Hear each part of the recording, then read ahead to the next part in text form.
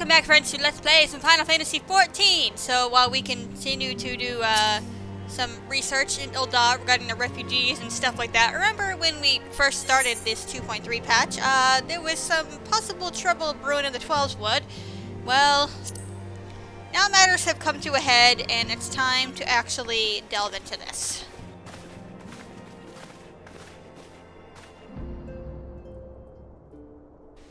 Yeah, they were just kind of in the hallway.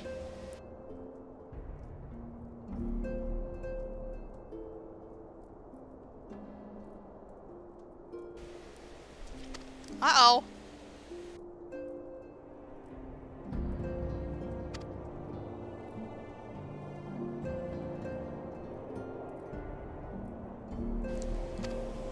Okay.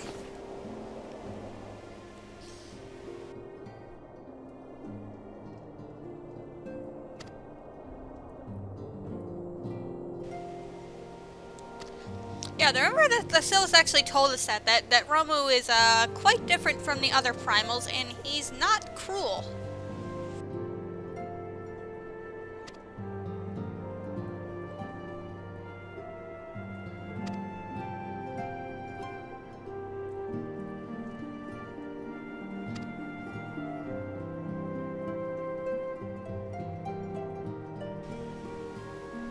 Well, the Sylphs are kind of our friends. We don't want to actually escalate things with them or anything like that and ruin our relationship, do we not? See, there we go. Papa Limo is to blame into the air too.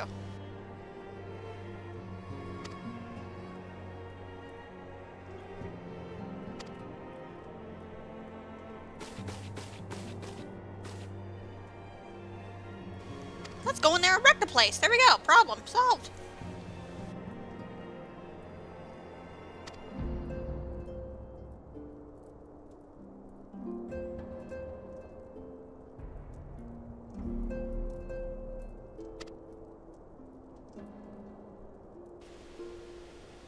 Man, those people are a long way from home then. But then again, some of them did come here to Revenant's Toll, so I suppose that's not entirely unexpected.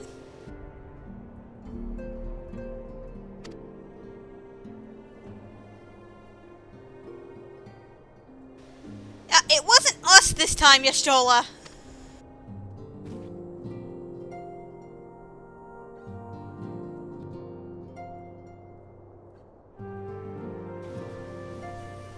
Oh?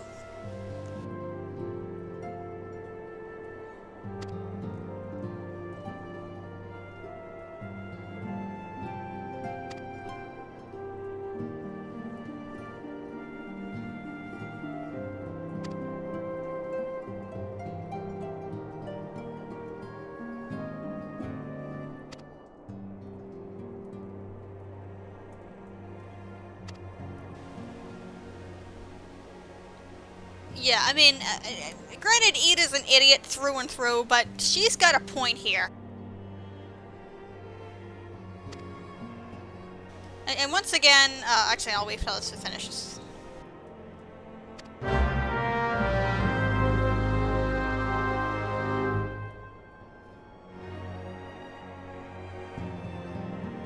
So once again, I must kind of justify my like for Y'shtola here.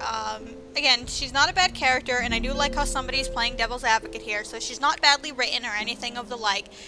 But again, like, Ida's actually being somewhat positive about this, and granted, we have no guarantee it'll work, but at the same time, we have an opportunity that does potentially exist that maybe we can stop this cycle. You know, we're already on good terms with the Sylphs as it is, so maybe we can set a good example here and stop this primal problem from ever happening again in the first place, or at least, you know, get it far diminished. And Y'shtola's over there, like, shooting it down. Isn't this what she wants? Like, that's what I was talking about, like, before, after that crap with Leviathan, is, you know, she's all talk, but she's not actually even actively or even promoting the fact of what can we do to prevent this from happening. She's all pissed off that it's happening, and granted, she has a right to be, but she's like, meh, it's inevitable. Make up your mind, woman. Make up your mind. Either we accept this as an inevitability, unfortunately it might be so, and just deal with the problem as it arises and stop placing blame on, you know, the enlightened races and whatnot, or we actually put a stop to this.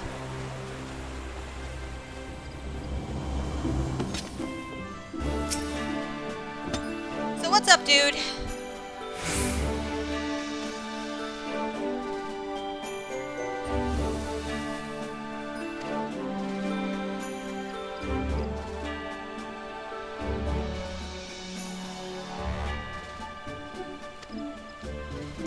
Okay, well, that makes sense, because you remember what they just talked about the Sylphlands themselves don't seem to have shown any summonings of the Primals, but the Elementals have kind of told the, you know, those who are sensitive to it that something's not quite right, so it makes sense to go talk to one of those people. Oh, Mr. Silent Guy who's clearly talking. Yes, you may show me in.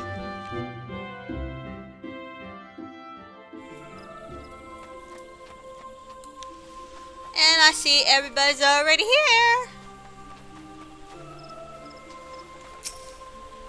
Hey, Dacron. Oh, well, that's good.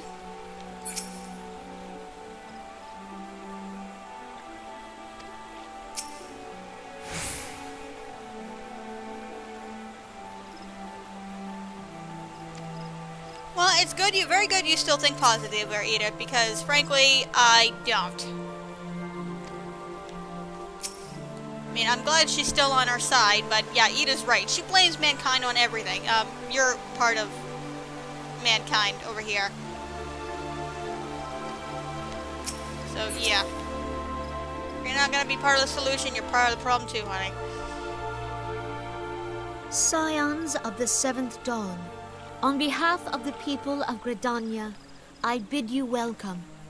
Your presence is of great comfort to us all in these days of uncertainty. Well, we only just talked a couple weeks ago about that King Mog stuff, so yeah. I summoned you here to share tidings of a most urgent nature. But a short while ago, the great elemental spoke, and his voice was clarion in its intensity. Ramuh is returned unto the forest. Scarce had his words ceased to echo in mine ears when we were visited by an emissary from Little Solace.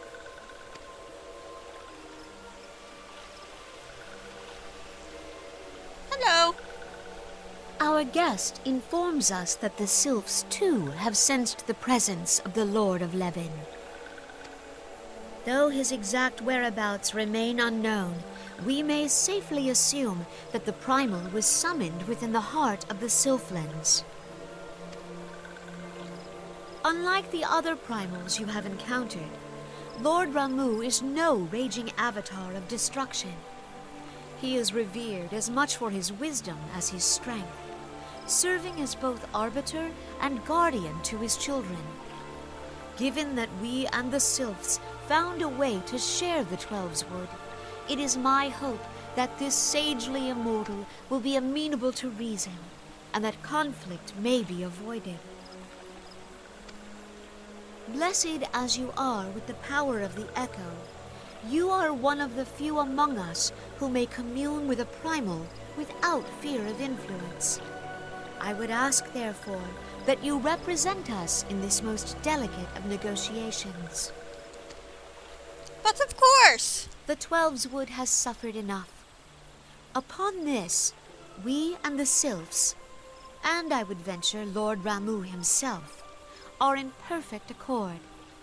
Let us not endanger our shared home by engaging in unnecessary hostilities. Dear friend, I beseech you, safeguard the peace which exists between our peoples.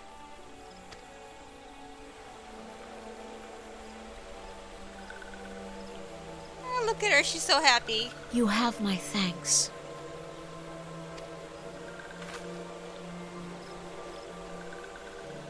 Pray make for Little Solace, then. A member of the Order of the Twin Adder awaits you there. He will advise you on how to find the Lord of Levin.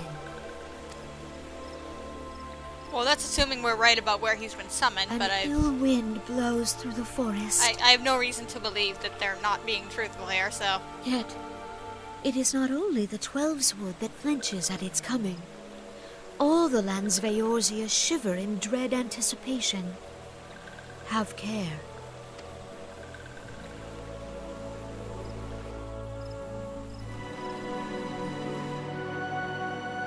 I actually both like and hate that she talks in such flowery language and doesn't get, like, straight to the darn point. I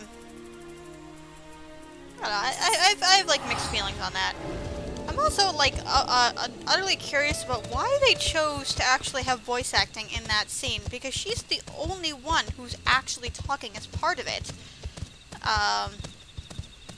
Which is rather strange. I mean, I think it would be kind of fitting, if the cutscene with King Mog was voice acted instead, because Kuplo Kopp actually does have a voice. I mean, he's in the credits. And he talks in that cutscene, so it would have made more sense, but... yeah.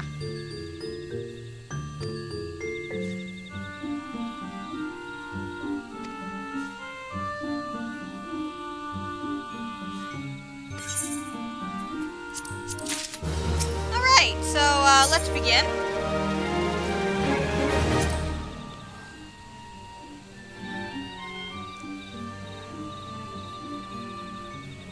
Okay. We're gonna go in and not try to mess crap up. Got it.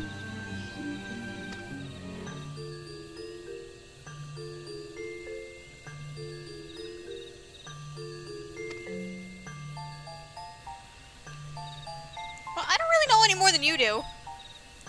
Aha, okay. Yeah, I noticed you haven't furnished me with a pair of those fancy goggles, have you?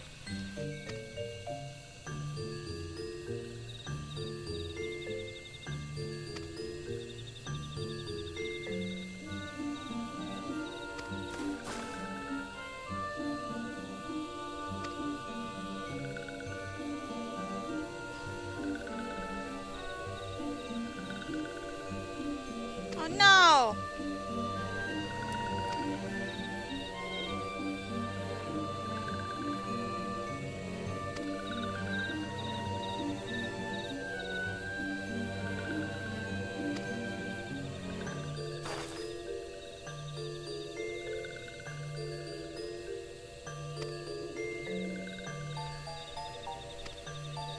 Well, thank you, old friend.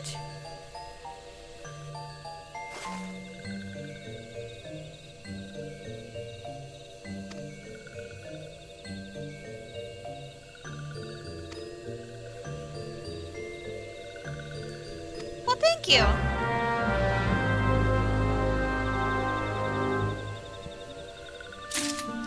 Let us waste no time then. Come, my unicorn friend. Our friends are in need. They have been maced.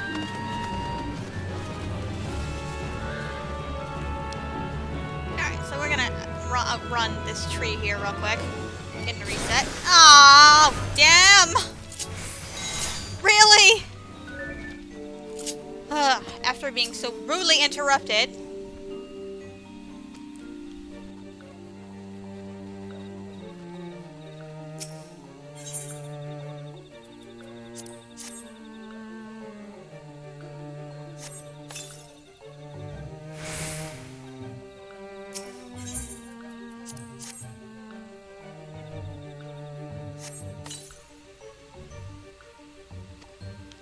Yeah, it's okay, it's okay.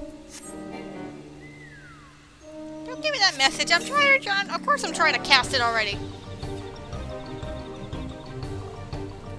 Yeah. Excuse me.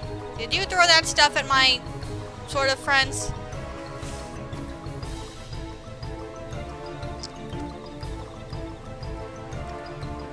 Hey, get back here. Did you steal it when he wasn't looking?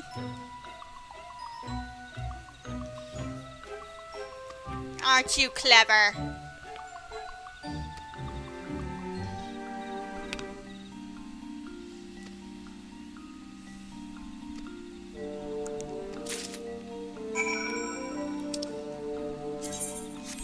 So even we actually get a taste of this if you do some of the Beast Tribe quests, the Sylphlands in particular, but we have little magic that will make us invincible. Because the Sylphs are awesome like that. And we have little things along the way that can extend the time of it. But we don't want to make things angry in the meantime. So yeah, so we gotta find this Sylph before this spell wears off. You can't like run, you can't be on your mount or anything.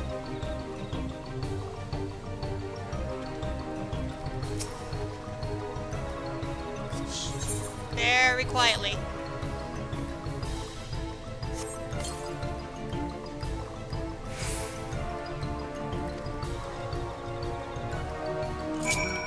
Ha!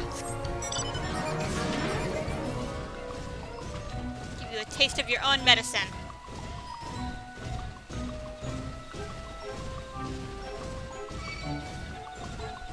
Oh great, we have a touch one on our bum. Let's go a little further. Make him disappear. There we go.